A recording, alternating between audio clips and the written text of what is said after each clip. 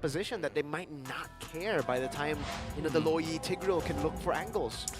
Well, we will find out how that game is gonna work out, or rather this game is gonna work out, as we are preparing ourselves to go into game match point in favor for Team Falcons. Well, RRQ HOSHI kind of climbed himself out of the well after that game number 1. To be fair, I think that there's a possibility here.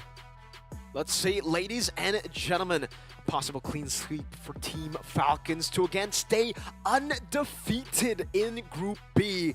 We are calling Group B the group of death, but for Team Falcons, it looks like it's been the group of, yeah, all right. Yeah, all right. We should put that in the official socials. Group of, yeah, all right. Yeah, all right. Yeah, all right. With a high pitch, too. Yeah, does that mean, I guess it's all right. It's all right. You know what I just realized? In the moments where if ever Ogun would want to get vision and he has smart missiles activated, while E-Doc will most likely in those times knock him back, he is still receiving damage also. Control here, 4 members of Jin quad shadow in. Flap TZ almost taken away. Wait, okay, so Jin does get it. Doesn't use the red tree, but Kyle didn't use it either. Good poke to Ogwin. Yeah, it's tough for Ogun to get in a good position right now. So I think he's just going to accept the fact that it's going to be like game number 1, but maybe even a bit more devastating. Of course, Jawhead not as tanky as Cobra generally. Oh, way too aggressive there from Rins!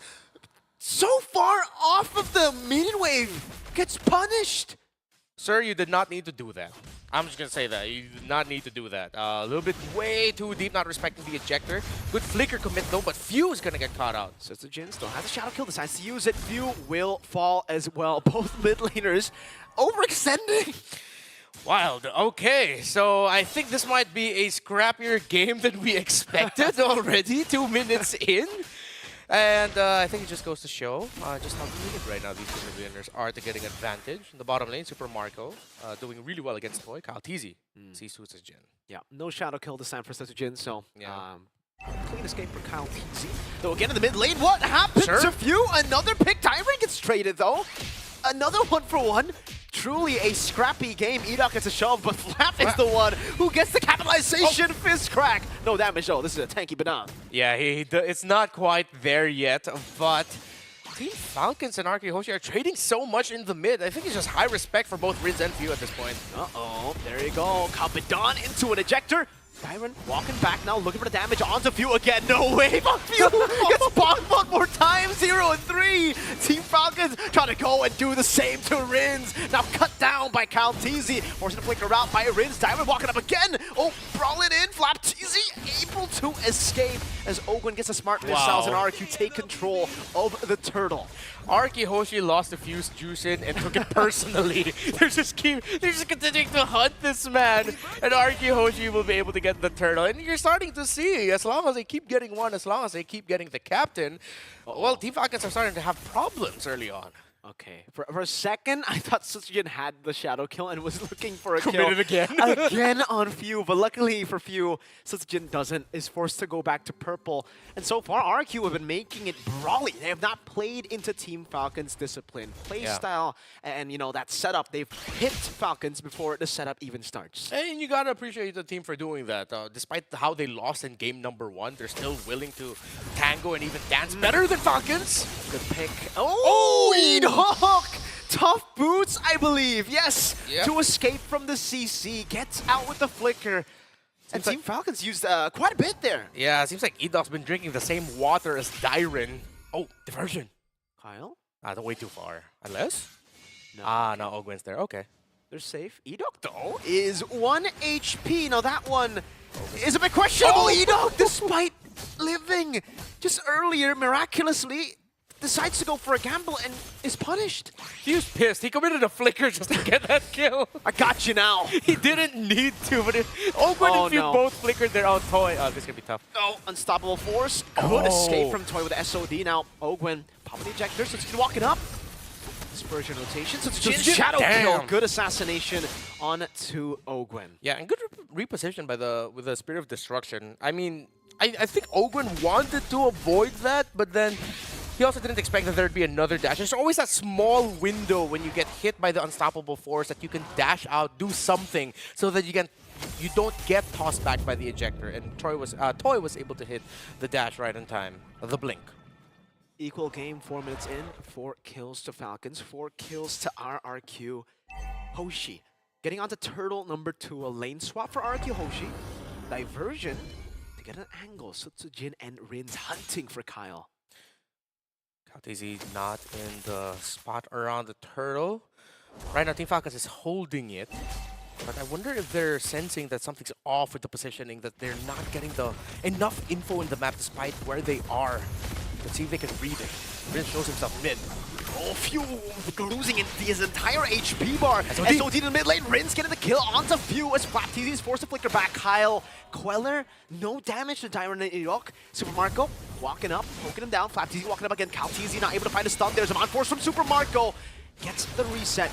Turtle contested. Ogwen, ejector already. Marco still jumping, and Kyle wins out the red tree battle with the help of the Soul Sever. Marco gets the kill. Rins caught in the bad spot. No mana for Rins. Gets demolished, obliterated, and Team Falcons get the dub in the fight. War of attrition, and the Filipino team again showing just how good the Filipinos are with dancing around the turtle. But Susujin danced around Super Marco to take him down. Here comes KalTZ. Let's see if they can get Susujin down, and they do. Shut down for Ogwen, and they balance it very well. Kyle takes the turn aggro for Ogwen to escape. This game's making me sweat. There's a lot of things going on around the map. Gotta appreciate it. And there's always a trade somewhere. That was a long gamble at that point by RRQ HOSHI. They tried to find KalTZ. Credits to them, they were in the right area. KalTZ just didn't show himself. Led to the point, though, where Team Falcons were the ones able to get that turtle. Despite a good start by RRQ HOSHI. Diversion again, and they're not going to get anyone.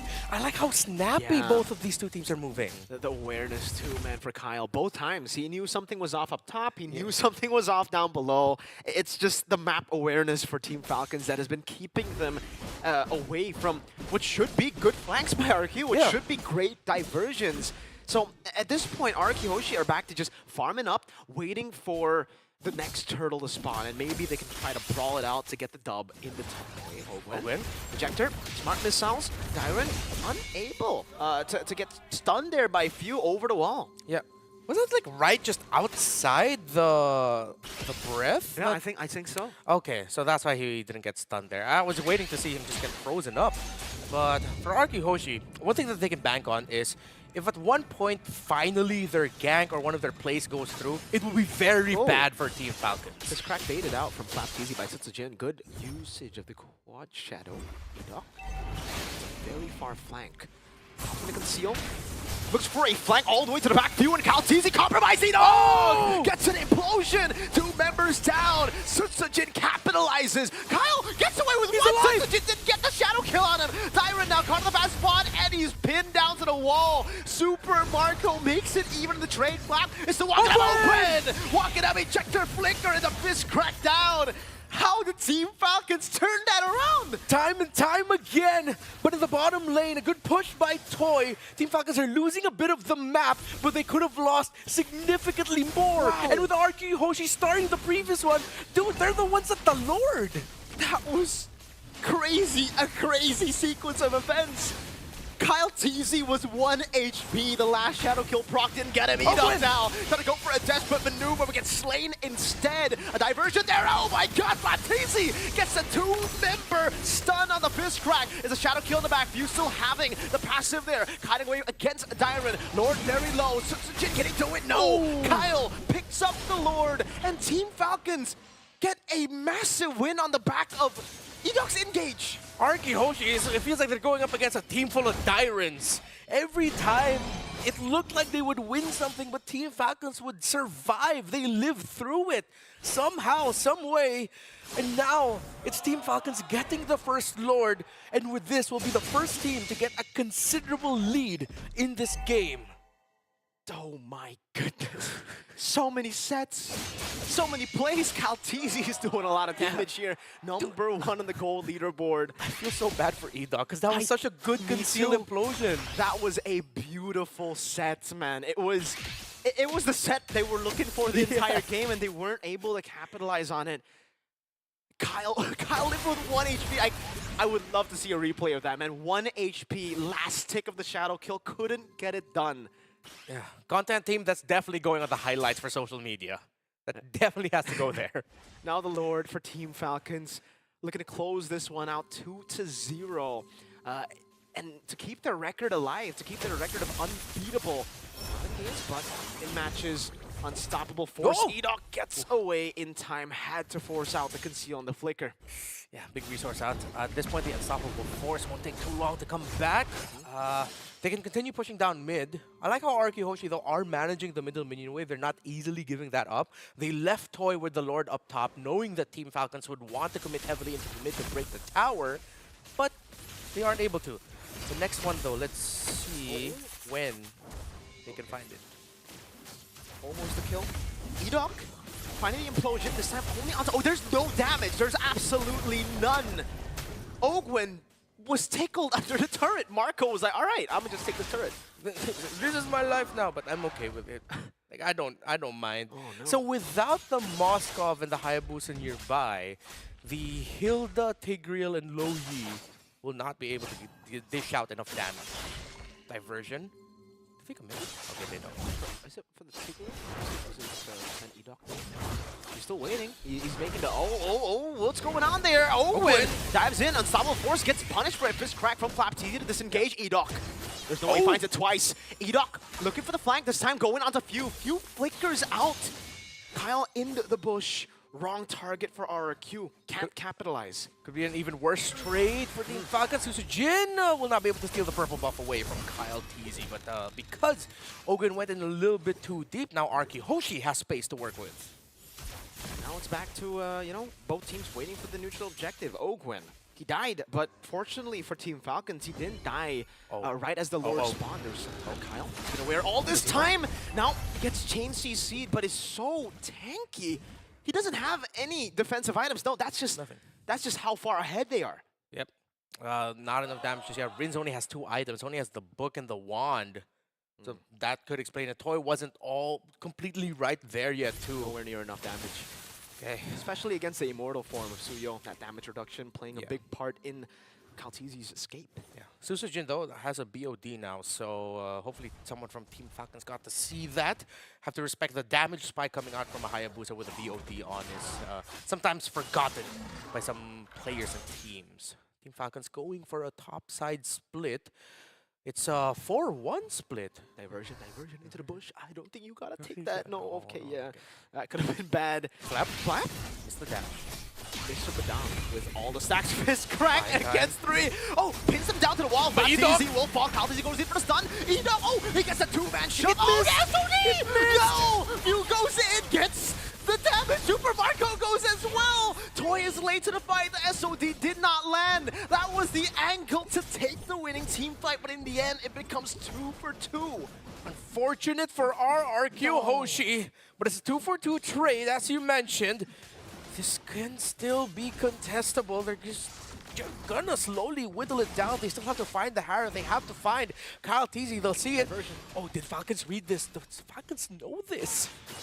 Oh my, we're at the edge for seats right now. That's a bad position if they say back. it's a bad position. Badang is back up. Toy has to recall, and RQ can't make anything, no capitalization out of that. I would say winning team fight, despite the fact that it was 2 for 2.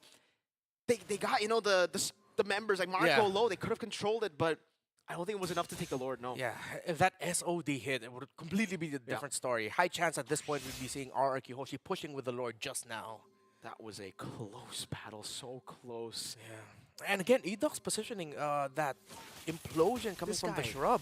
This guy, man, I'm telling you, he's good at video games. He's good at video games.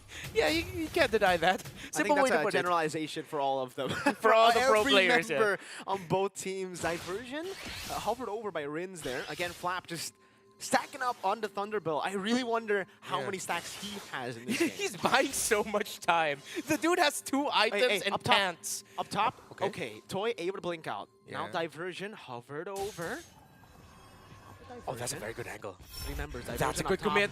Oh, the SOD misses again. They're going to go in for the flanks. Super Marco still able to escape with the help. Oh, that's another implosion from Edok. Super Marco able to survive with the Command Force. And again, with the SOD whipping, they all just jumped into their demise. Team Falcons had the bird's eye view to the skirmish. Dyron all alone, 1v5, Flap continuing the chase, forcing to revitalize, and it's up to Jin who is forced to defend only together with Dyron. Every time, so close yet so far, but now Team Falcons is so close to ending it, winning it right here, but this minion wave is only one. The ejector, he finds it just in time, so Slow. Jin can't go for the shadow kill. Oh! Kyle TZ has quelled Jin. Dyron, fist cracked down, the base is wide open, and Team Falcons will make it a 2-0 clean sweep.